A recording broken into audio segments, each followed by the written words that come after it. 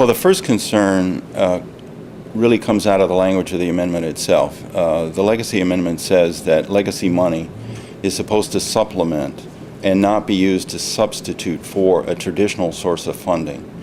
And that is common language, easy to understand words, but it's hard to apply within the context of a very complex appropriations process, because funding of state government has never been static, and traditional sources are hard to identify, because sometimes we've used general funds for some things, sometimes bonding funds, and the amendment language itself doesn't really define what traditional means. So is it 1 year, 2 years, 10 years?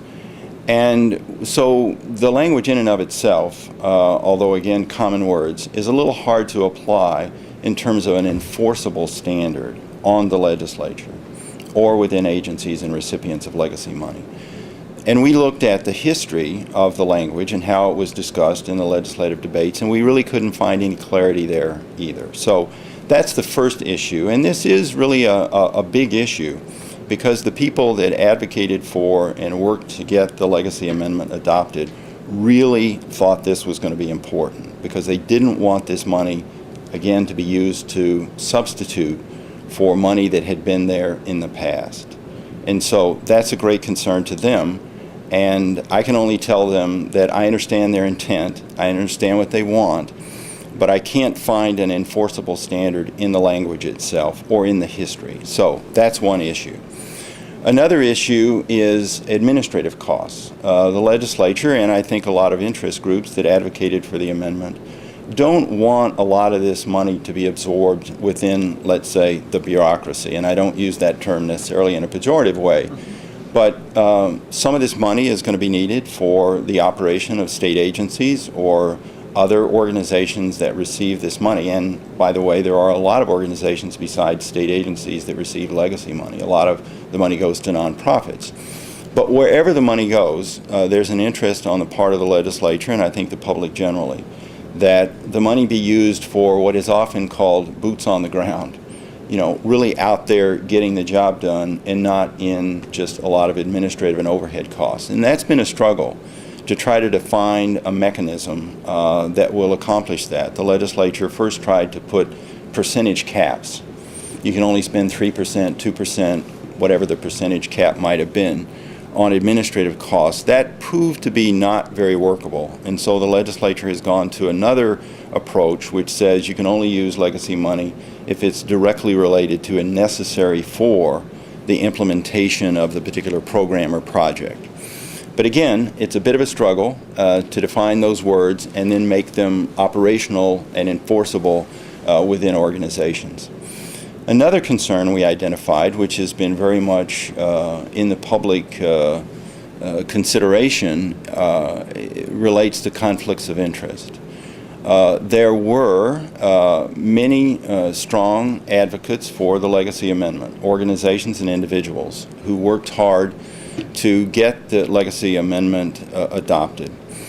And they are now very much participating in decisions and recommendations about how the money should be used.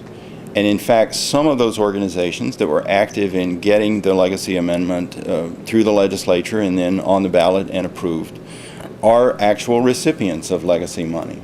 And so some people have raised the concern that isn't that a conflict of interest, particularly if some of those organizations that are receiving legacy money have more or less a seat at the table on some of the councils and task forces and groups that the legislature has established to recommend how the money should be used. So conflicts of interest are an ongoing concern.